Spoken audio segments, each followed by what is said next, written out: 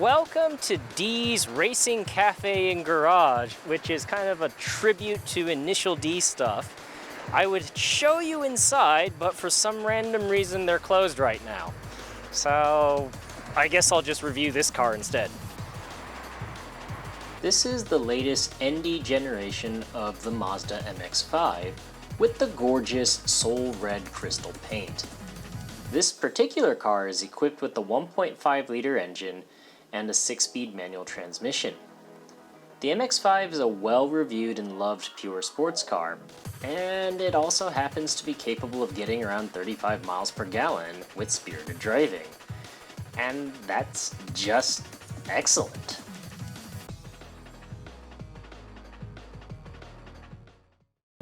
So there shouldn't be too much for me to say about this car because the ND Miata or MX-5 or Roadster, lots of names for this car, has been reviewed a lot. So basically this is my opinions about the car just for shits and giggles. I'm sure most of you know more about this car than I do at this point. The first interesting thing though is this car is super easy to hill start. It kind of just holds you in place, and now that we're on our way to Mount Haruna, it's been nice. It's like you don't have to worry about the hill starts as much and timing the clutch release. I've never really been a fan of handbrake starts to begin with. Don't have to do that period anyways. This manual transmission is beautiful. There's no words that describe how good this thing is. It's so smooth, it's so easy to use. Everything about it is absolutely lovely. So around town, you would expect this car to be a bit uncomfortable and a bit unusable because it is kind of a pure sports car. But it's surprisingly okay. It doesn't go over bumps like a Lexus or a Rolls-Royce, but for a sports car, I've been perfectly fine with the way this car rides. Noise levels are a different story though. Like the engine and exhaust noise isn't that bad. It's just, you have a cloth roof. So once you get up to speed, all sorts of noise then kind of reverberate in here. And strangely, if you put the top down, the car gets quieter. And I do actually recommend driving this car with the top down. It is much more fun. We're not doing that now for sound purposes for the recording. And overall, this is a super fun and sporty car, even around town, and the ease of the manual transmission just adds to its daily drivability.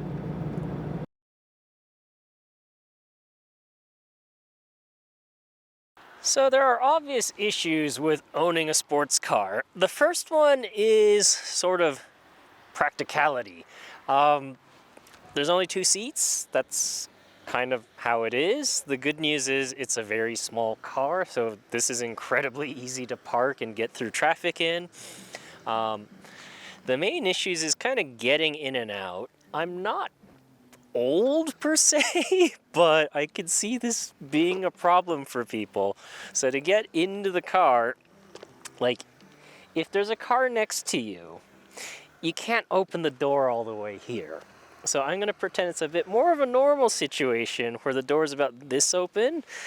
And remember, this is with the roof down. And then you kind of have to do this business. And then if the roof is here, you'd have to duck in a bit more. And then you're in. So that's always fun. But what's more fun is getting out. And it kind of looks like a horse giving birth to a pony when you get out. So you kind of do this and go.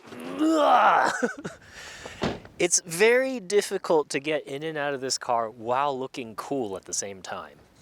So there is a trunk on this car, which is good news. However, it's not big. So if I do my usual get into the, it's not happening. Like there's barely enough space for a couple of backpacks in here. I think you could get golf clubs in here if you wanted to, but if you are a golf player and you want this car, screw you.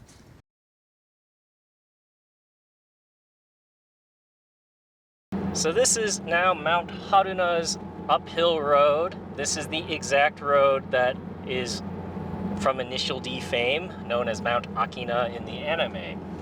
This is such a super twisty, fun road, and I can see the little gutters that they used in the anime as well.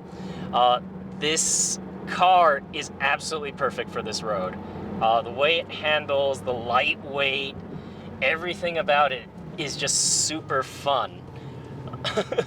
Whee! Sorry, cameraman!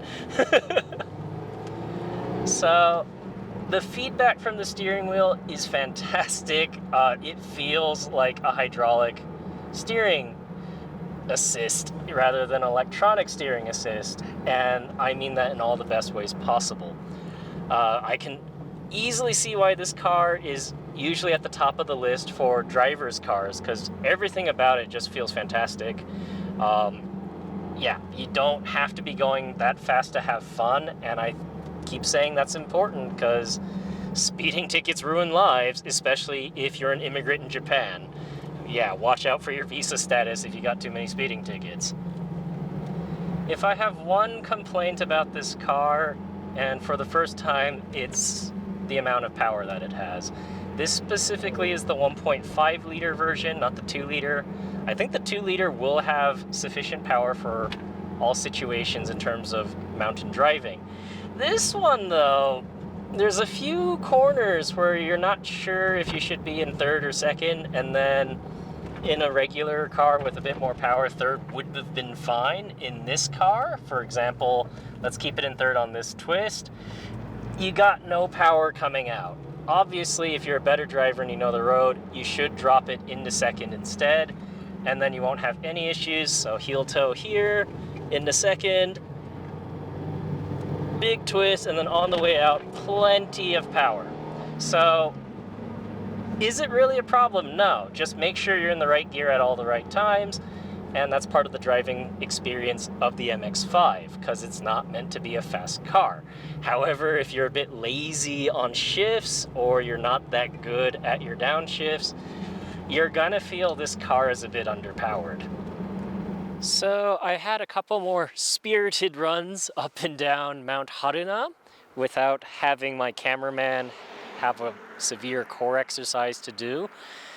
So I was properly going between second and third gear this time. And I have to say the 1.5 liter engine is actually more than enough to let you have fun up and down these mountains. And the slight lack of power probably keeps you from breaking the speed limit too badly. This car has been insanely good fun. Not quite as fun as the AE86. However, this is so much more usable every day. It's fairly comfortable in the city, and I actually want one now. I just don't know what else to say. It's like I'm kind of in love with this car. It is so fun, and it just does everything so well that I'm kind of willing to ignore the lack of practicality and everything if I were to get one.